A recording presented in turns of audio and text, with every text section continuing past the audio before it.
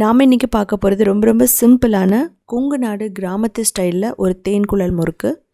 மாவெல்லாம் எதுவும் அரைக்கணும்னு அவசியம் இல்லை, இன்ஸ்டண்ட்டாக பண்ணிடலாம். பிகினர்ஸாக இருக்கிறவங்க, முறுக்கு செய்ய தெரியாதவங்களுக்கு இந்த வீடியோ ட்ரெடிஷ்னலாக எப்படி பண்ணுறதுன்னு சொல்லிட்டு கூடிய சீக்கிரமாக வீடியோ போடுறேன். இதுக்கு 2 கப் அரிசி மாவு, அதுக்கப்புறம் உளுந்த மாவு 1/3 கப் எடுத்துக்கலாம், அதாவது 60 கிராம். இதை கட்டி இல்லாமல் நல்லா சலிச்சுக்கணும். நீங்கள் அரிசி மாவு கடையிலேயே வாங்கலாம், வீட்டிலே ரெடி பண்ணது எடுத்துக்கலாம். இப்போது ஒரு 1.5 கப் தண்ணி கொதிக்க வச்சுக்கலாம். இதிலேயே நம்ம உப்பு போட்டுக்கலாம். இப்போது பட்டர் 1 டேபிள் ஸ்பூன் போட்டுட்டு, ஜீரகம் 1 டேபிள் ஸ்பூன் போட்டுக்கலாம். இதுக்கப்புறம் பெருங்காயம் நல்லா மிக்ஸ் பண்ணிக்கலாம். தேவைப்பட்டால் நீங்கள் மிளகுத்தூள், மிளகாத்தூள் இது வேணாலும் போட்டுக்கலாம், ஒன்றும் பிரச்சனை இல்லை. இப்போ கொதிக்கிற தண்ணி இதில் ஊற்றிட்டு நம்ம மிக்ஸ் பண்ணணும். இதில் பார்த்திங்கன்னா அளவுன்னு சொல்லிட்டு, தண்ணி அளவுன்னு சொல்லிட்டு எதுவும் இல்லை. ஸோ ஓரளவுக்கு நம்ம ஒரு 1.5 கப்லேருந்து 2 கப் தண்ணியை கொதிக்க வச்சுட்டு நம்ம கொஞ்சம் கொஞ்சமாக ஊற்றிட்டு தான் நம்ம பிசையணும். ஸோ தண்ணி ரொம்ப கொதிக்கிறதுனால நம்ம என்ன பண்ணலான்னா, முதல்ல கரண்டியில் மிக்ஸ் பண்ணிவிட்டு அதுக்கப்புறம் கையில் மிக்ஸ் பண்ணலாம். இப்படி பண்ணுறதுனால நம்ம கொதிக்கிற தண்ணி ஊற்றுறதுனால என்ன ஆகுனா, இந்த மாவு நல்லா வெந்துடும். ஸோ அதுக்கப்புறம் ஆயிலில் போடும்போது கிறிஸ்பினஸ் அதிகமாக இருக்கும், ரொம்ப நாள் கெட்டு போகாது. அதுக்காக தான் நம்ம இப்படி பண்ணுறோம். இது டோ பார்த்திங்கன்னா, இந்த மாவு நல்லா சாஃப்டாக இருக்கணும். நீங்கள் ஹார்டாக இருந்துச்சுன்னா முறுக்கு உடைய பார்க்கும். ஸோ பாருங்கள், இது மாதிரி 1 டேபிள் ஸ்பூன் ஆயில் ஊற்றிட்டு இந்த மாவு மூடி வச்சிடணும்.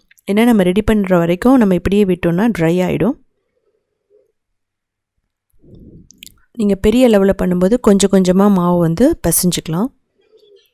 ஸோ இது மாதிரி தான் நமக்கு மாவு இருக்கணும். ஸோ இப்போது ஒரு கையளவு மாவு எடுத்துகிட்டு நம்ம உருளை ஷேப்பில், ஓவல் ஷேப்பில் செஞ்சு வச்சுக்கலாம். ஸோ பாருங்கள், இது மாதிரி உளுந்து மாவு போடுறதுனால நல்ல ஒரு மணம் வரும். இப்போது ஒரு கையளவு மாவு எடுத்துகிட்டு இந்த முறுக்கு குழலில் நம்ம 1 டீஸ்பூன் ஆயில் போட்டுட்டு நல்லா தடவி விட்டுக்கிறோம். இதுலேயும் போட்டுட்டு நம்ம இது மேலே, இந்த பிளேட் மேலே என்ன பண்ணுறோம் அப்படின்னா பிழிஞ்சு விட்டுறோம்.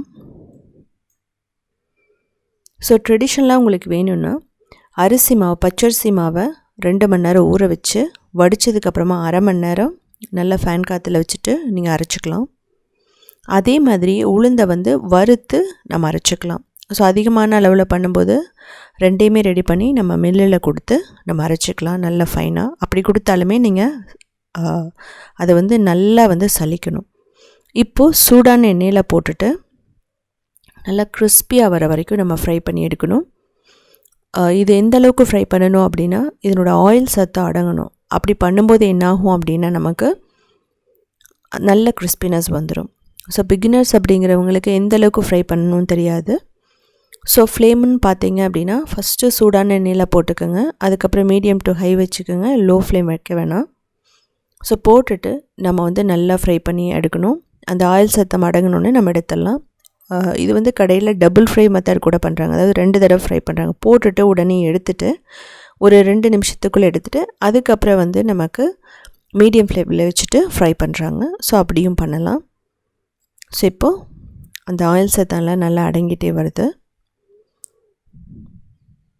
இப்போ நம்ம எடுத்துடலாம். இதில் பார்த்திங்கன்னா கடலை மாவோ பொட்டுக்கடலை மாவோ எதுவுமே நான் போடலை. தேவைப்பட்டால் நீங்கள் பொட்டுக்கடலை மாவு ஒரு 2 டேபிள் ஸ்பூன் போட்டுக்கலாம், கடலை மாவு போடுறவங்களும் போட்டுக்கலாம்.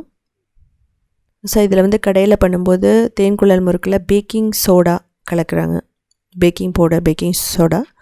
ஸோ ஒரு 1/2 டீஸ்பூன் போட்டு நீங்கள் அதையும் ட்ரை பண்ணி பார்க்கலாம். கூடிய சீக்கிரமாக நான் அந்த வீடியோவும் போடுறேன். ஸோ இப்போ பாருங்கள், 2வது பேட்சும் நம்ம போட்டு ஃப்ரை பண்ணுறோம். இப்படி கையில் நம்ம எடுத்து போடுறது கொஞ்சம் எக்ஸ்பீரியன்ஸ் ஆனால் நம்ம அப்படியே எடுத்து போடலாம். ஒரு பெரிய ஷீட்லேயோ வாழலையிலையோ பிழிஞ்சு வச்சுட்டு, இல்லைன்னா ஒன்றும் பிரச்சனை இல்லை, நீங்கள் கரண்டியெல்லாம் எடுத்துக்கோங்க, இல்லை ஒரு தட்டு எடுத்துக்கோங்க, அது மேலே எண்ணெய் தடவிட்டு பிழிஞ்சு விட்டு அதுக்கப்புறம் போடலாம். இதுக்கெல்லாம் டைம் இல்லை அப்படின்னு நினைக்கிறவங்க நீங்கள் என்ன பண்ணலாம், டைரெக்டாக ஆயிலே பிழிஞ்சு விட்டுறலாம். ஸோ மற்றவங்களுக்கு கொடுக்கணும் அப்படிங்கும்போது இது மாதிரி நீங்கள் பிழிஞ்சு போடலாம். குழந்தைகளுக்கு அப்படிங்கும்போது சின்ன சின்ன முறுக்காவும் போடலாம்.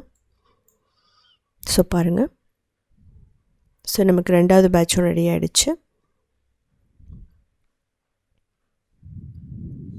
இது ஆறுனதுக்கப்புறமா ஒரு ஏர்டைட் கண்டெய்னரில் போட்டிங்கன்னா 1 மந்த் வரைக்குமே கெட்டு போகாது.